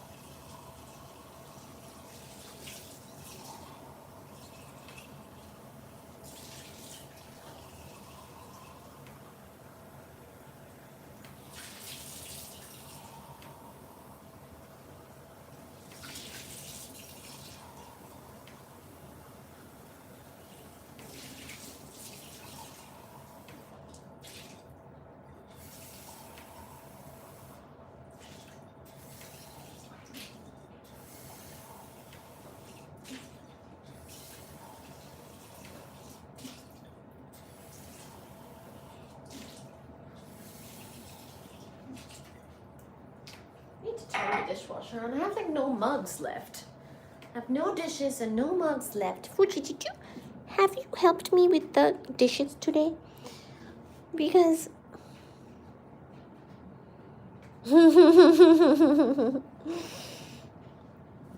have you helped me with the dishes today? Because I have no mugs left that are big mugs. And I need to run the dishes on the dishwasher because there are no like good dishes left either for their foodie. Steven made his YouTube home here, as he should. Aww, I'm so happy. This will be the YouTube home of everybody who loves astronomy, physics, kitty cats, cosmology, amateur astronomer. Yay! Steven, tell us something about your telescopes. Tell us. I think you have mentioned before, but tell us about your telescopes. Mr. Spears.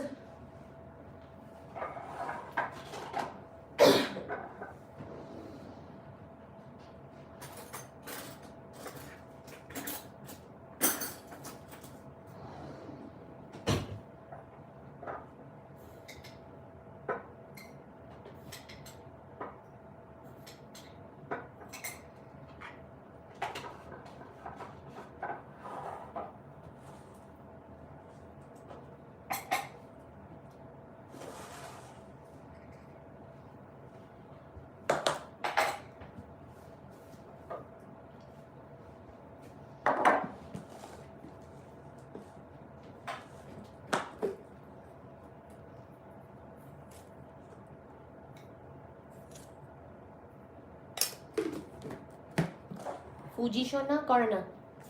Look at this. Fuji's trying to help me with my coffee now. He loves the milk powder, so that's what this is about.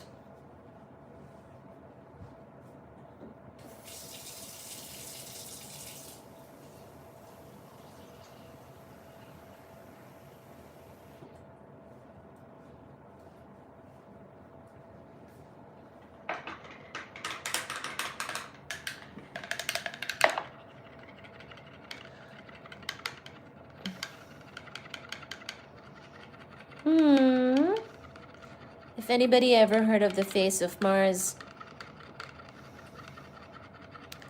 Really?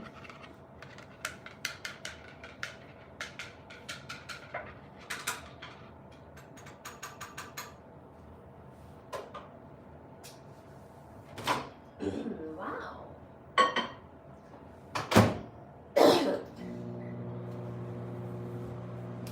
Oh. Look at where Baji is now. Baji Baba. Everybody is up. As soon as I'm up, they're all up.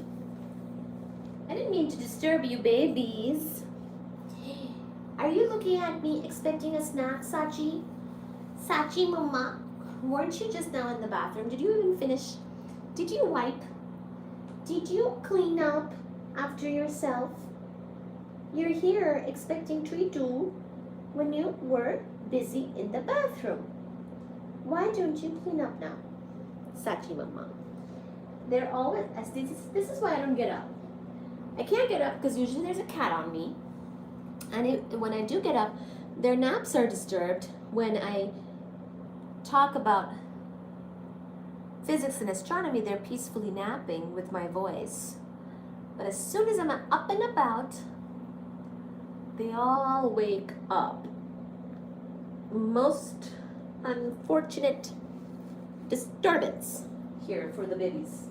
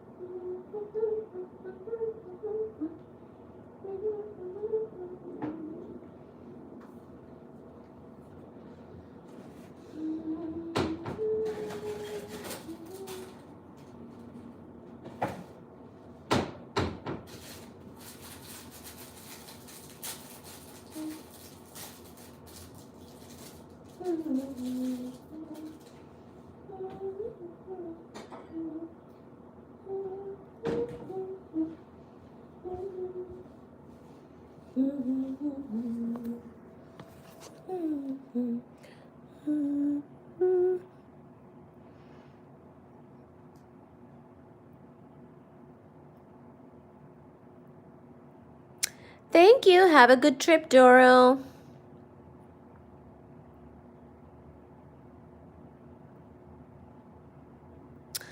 Jupiter and its 4 big moons. Yes.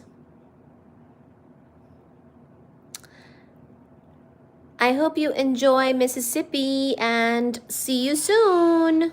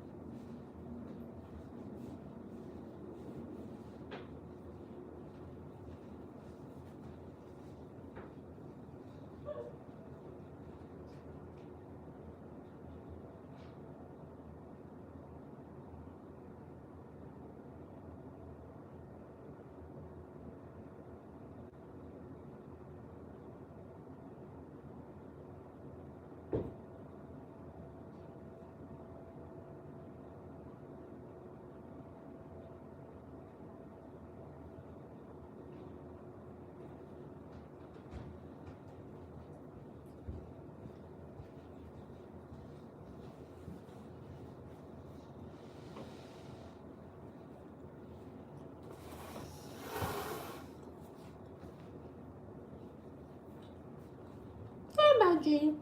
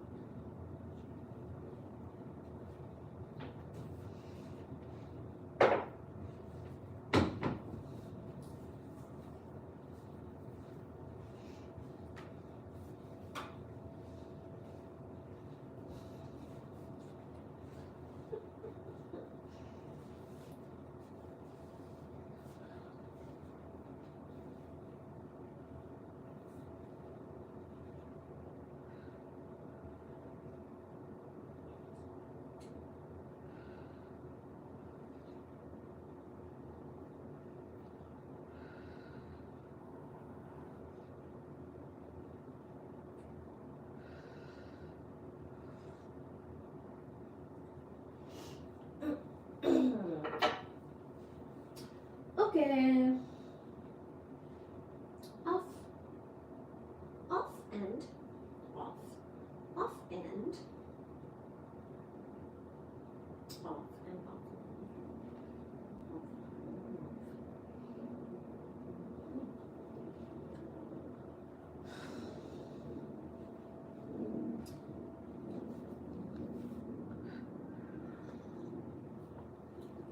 Look at us.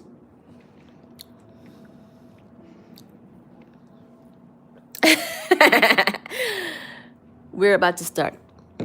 Restart. We're about to restart. NASA says it was just a shadow and light effect.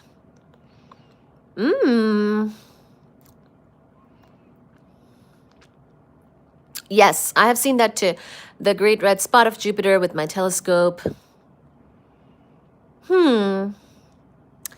Can you fix it or not? Your telescope. This is the 5-hour water break. No, I'm back. Look at me, I'm back. It's not even 5 hours.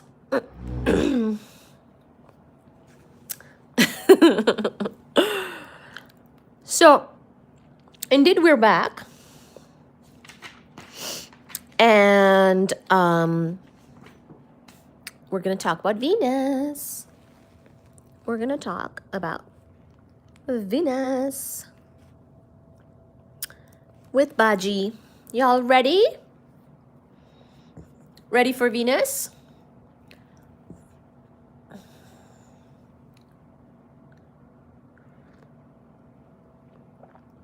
Let me see. Where?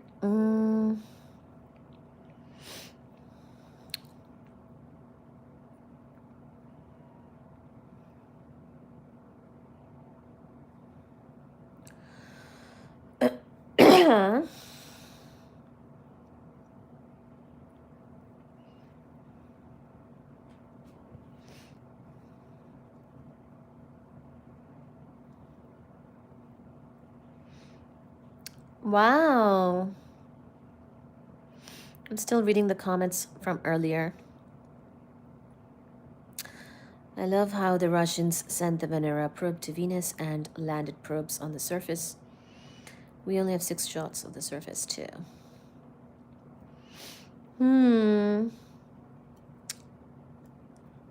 Okay, so we just wrapped up Mercury, which was a planet that we indeed did not cover on this channel until today. Some of the other things we mentioned, especially about the heavy bombardment period, or the period of heavy bombardment by the smaller objects, planetesimals, and debris in our solar systems, while it was still forming around 3.5 billion years ago time period, when things were still kind of happening, forming. Even now, I suppose, we are evolving. We saw that the moon, our moon, was heavily impacted by this heavy bombardment period and got a ton of impact craters. Same thing affected Mercury as well.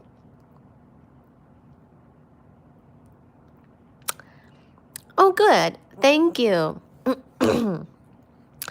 So a little bit of that discussion we talked about in relation to the moon earlier. And so hopefully that made sense today. And today, for the first time ever, we talked about this very small planet Mercury that we have now covered already. Now, in the past, we have talked about Venus and Mars, but I think they're so cool. And especially Venus is a lot like Earth in many ways, including its size is similar to Earth, often considered our twin in some ways. We will now talk about Venus today again, because I wanted this to be a family-friendly chat, afternoon live chat with the kitty cats, with the nice sunny day coming in.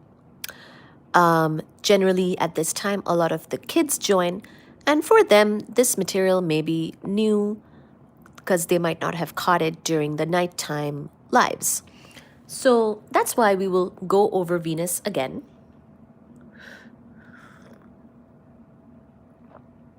Oh, yes. We will talk about that one, Stephen. Yes. The bigger than the United States. Yeah. Or, well, yeah. Yes. Indeed. Grimmy, you are lame. Your middle name is lame. Grim, lame. Lame, grim. Hello. Thank you for joining. I am most thankful to everybody who is liking, sharing, and subscribing. Thank you indeed.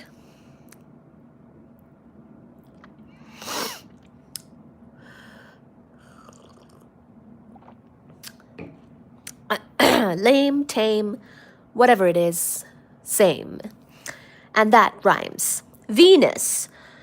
So we will now talk about Venus. Oh, before that, let me real quick tell you something interesting, which I believe I didn't say yet, ever. on the channel. So let me try to tell you this information. I'm talking about everyone, myself included. Aw, Steven, you're so sweet. Okay, where is this little information that I want? Aw, Steven is the nicest, and he always contributes positively to the chat. Oh my God, Doro is back. I thought Doro went to Mississippi already.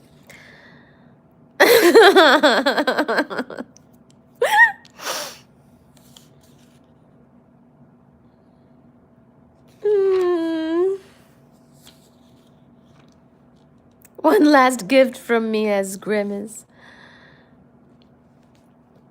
Well, Doro, have a good trip.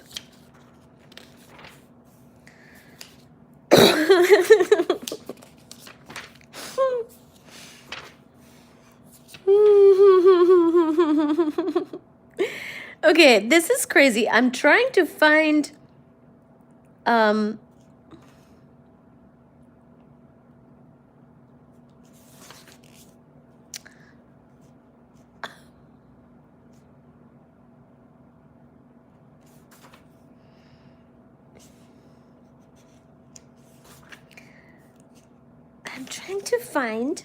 Hey, Steven, can you look up the size of our moon? But I want the accurate information. Steven, can you find what is the size of our moon?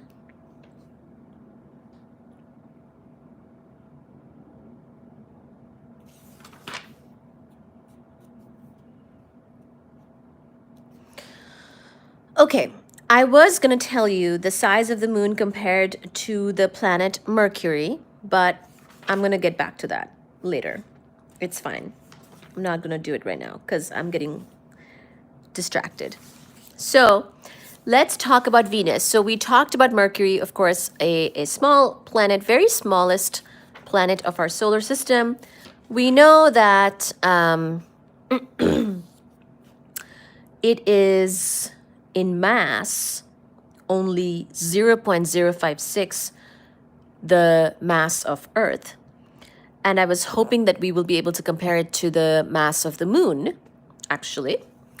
But I couldn't quite find that exact information right now where I was looking. So we will move on and we will cover the next planet, which is Venus, which has a mass of 0.82 the mass of Earth, or M-Earth.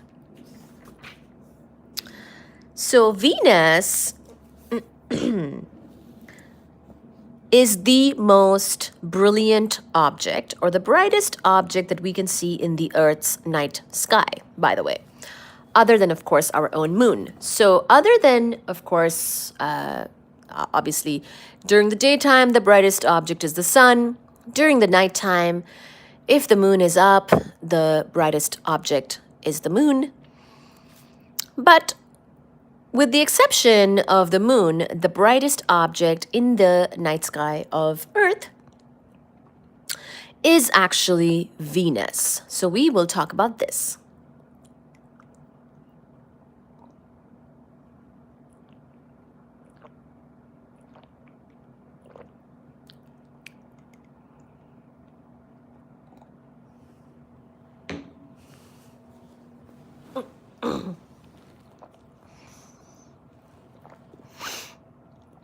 Okay, so Venus is easy to observe at its greatest elongation of theta equals to 47 degrees. However, when we observe Venus at visible wavelengths, all we can see is a nearly featureless white cloud deck. So with our naked eye, we're basically seeing this featureless white cloud deck. Ground-based spectra, later supplemented by data from space probes to Venus, reveal that the clouds are made of sulfuric acid, which is H2SO4. H2SO4. So that's what we're looking at, really. The sidereal rotation period of Venus, like that of Mercury, can be determined by radar astronomy. We just looked at those periods for Mercury and they were very interesting. If you go back into the live stream, if you're joining at this point, you can rewind and listen to what we talked about Mercury. But at this point,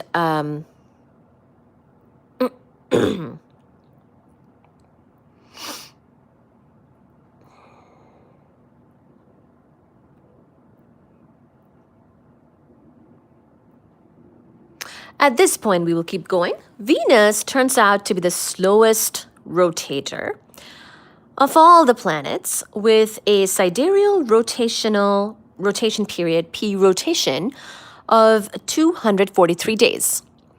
So if you thought that Mercury's rotation was slow, well, Venus is even slower. So Venus is the slowest rotator of all the planets, with a sidereal rotation period again of P rotation of 243 days. Goodness gracious me. The rotation is not only slow, it is also retrograde. So we looked at a little bit of retrograde business with Mercury too. But Venus has some interesting things like this. The rotation is not only slow, it is also retrograde. That is, if we looked at the solar system from above the Earth's North Pole, we would see... Baji has gone to the bathroom. He will be back.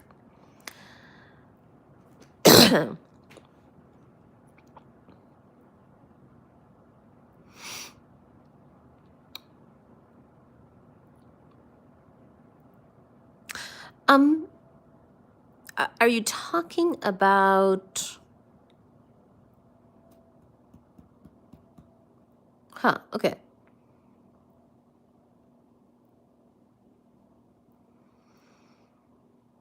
Goodness, Disco David, haven't seen you in a while. We did land on the moon is saying she won't thank me. But I thank you. Thank you indeed. Thank you for being here. The rotation is not only slow, it is also retrograde. That is, if we looked at the solar system from above the Earth's North Pole, we would see Venus orbiting in a counterclockwise direction. So this is new. Basically, there is something going on with Venus's rotation where it's kind of different.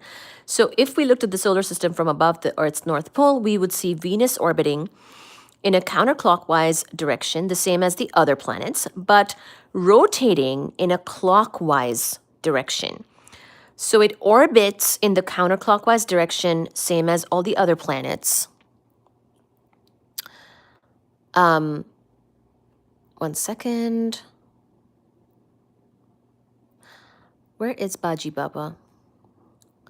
So it rotates, or it orbits around the sun in a counterclockwise direction, same as the other planets, but rotates in a clockwise direction. Probably as a consequence of its slow rotation, which we saw is 243 days, Venus does not have a detectable magnetic field. So we saw that Mercury, even though it's small and even though it's a slow rotator, did have a significant magnetic field, which actually is helpful for it to save itself from certain solar winds. But Venus, with its even more slow rotation, being the slowest rotator, it does not actually have a detectable magnetic field. magnetic field. Because the orbital angular momentum and the rotational angular momentum of Venus are in opposite directions, the sidereal orbital period p rotation, and the solar day p sol are related by the equation 1 over p rotation is equal to 1 over p solar minus 1 over p orbit.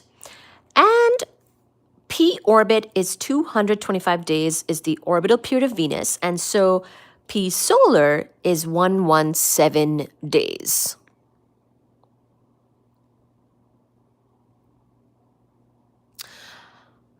I see. Got it. Yeah. So I was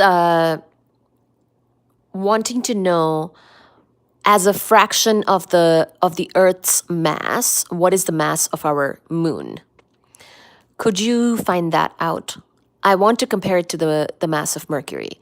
Basically, the mass of Mercury is very small compared to the mass of the Earth. Mass of Mercury is 0.056 mass of the Earth. So 0.056 times mass of the Earth. So I want to know, what is our moon's mass as a fraction of the mass of the Earth? Thank you. Thank you. So basically, there's three things going on here. There's p rotation, that is the Venus rotational period. There is p solar, and which is the solar day of Venus. And then there is p orbit, which is the orbital period of Venus, with orbital period meaning its orbit around the sun. So it's p orbital, so a Venus year, p orbital, is 225 days. And because of all of the stuff we just said, there's the math giving us what is now p solar, and that number is 117 days. The surface temperature, so moving on to now its temperature.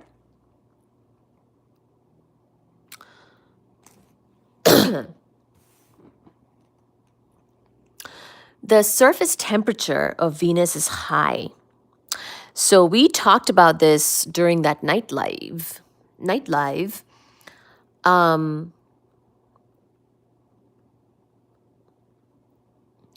But basically Venus is very hot. So the surface temperature of Venus is high with a T of 740 kelvins, hot enough to melt tin, lead, and zinc.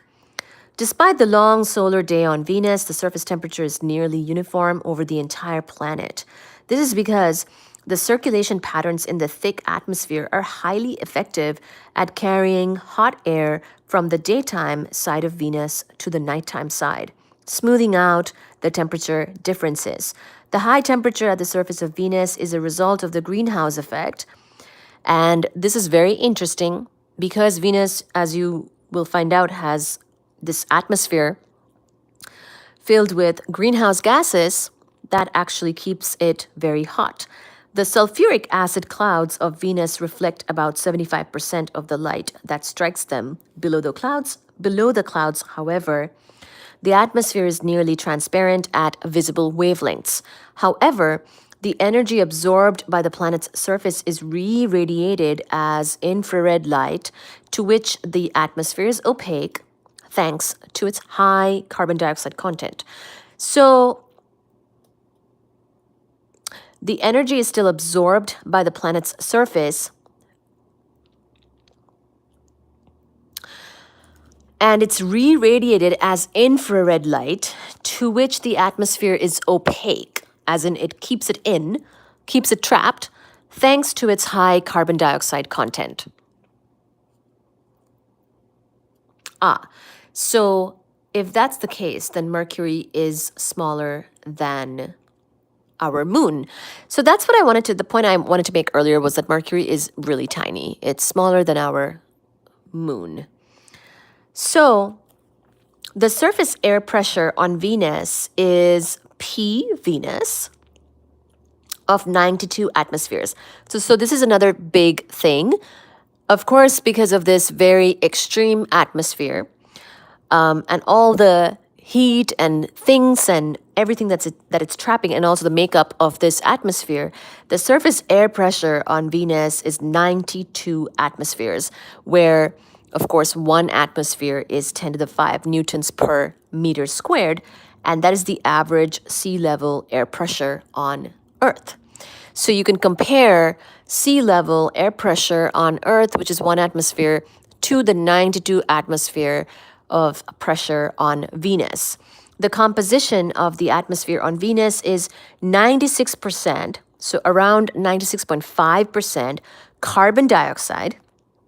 So a lot of carbon dioxide, and 3.5% molecular nitrogen by number of molecules present. So by number of molecules present in the composition of the atmosphere on Venus, we have mostly carbon dioxide, which is 96.5%, and molecular nitrogen, which is 3.5%. There will be some really interesting facts that I say now, which will show you what a shame it is that Venus does not have oceans like us.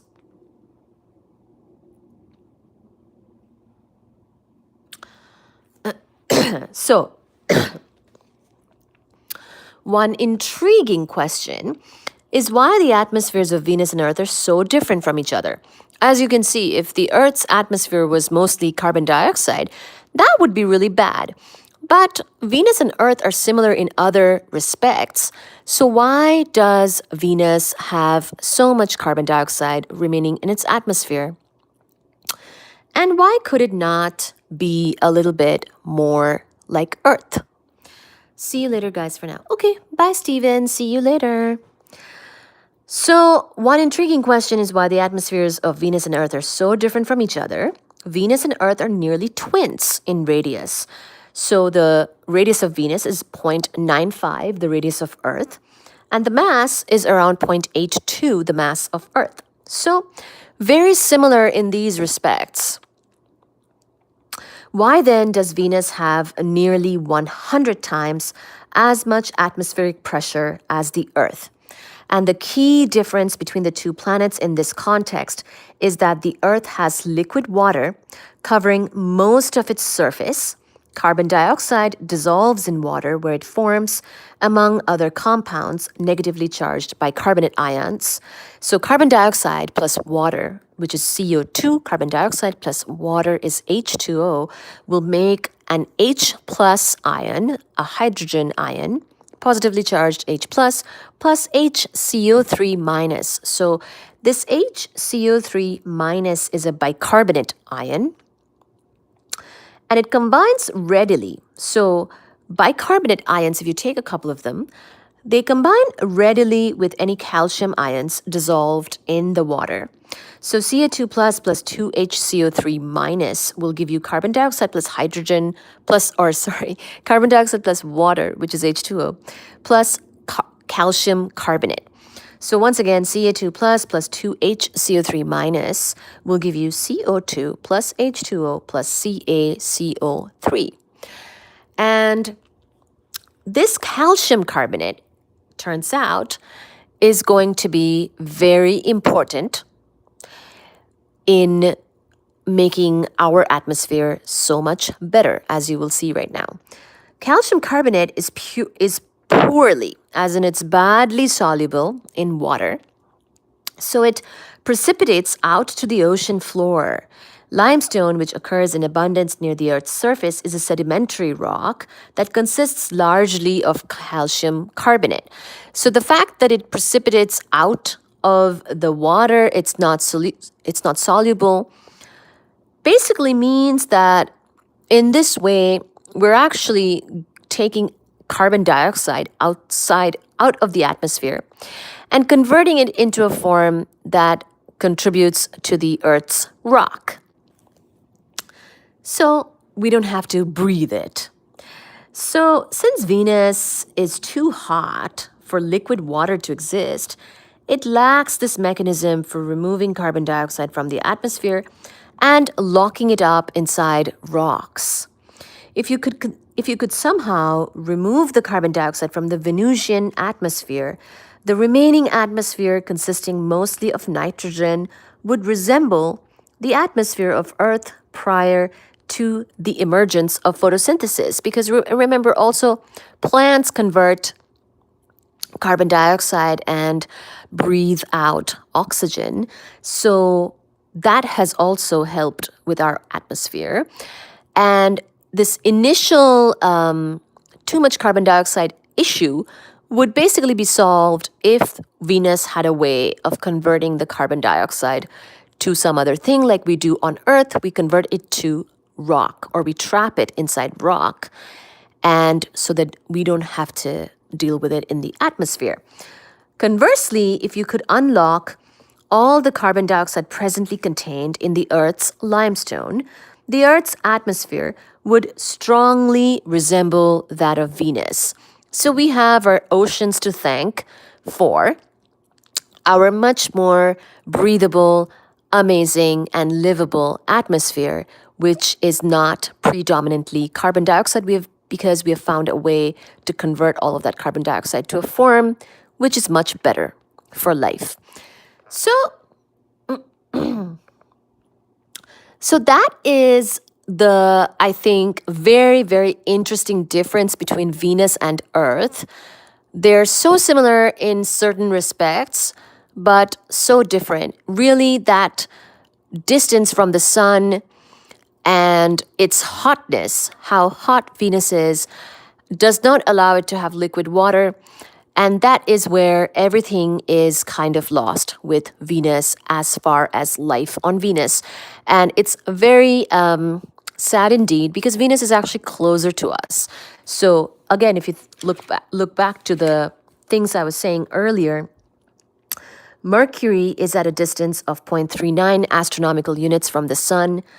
Venus is at 0.72 astronomical units. Earth is at 1 astronomical unit, of course, from the sun, and Mars is at 1.52 astronomical units from the sun. So if I'm doing my math correct, I believe that the Earth and Venus are closer together. And so it would have been easier, I think, to go to Venus if it was more livable. But unfortunately, because of its extremely hot temperature, leading to no oceans, leading to a very poisonous atmosphere, we cannot live on Venus.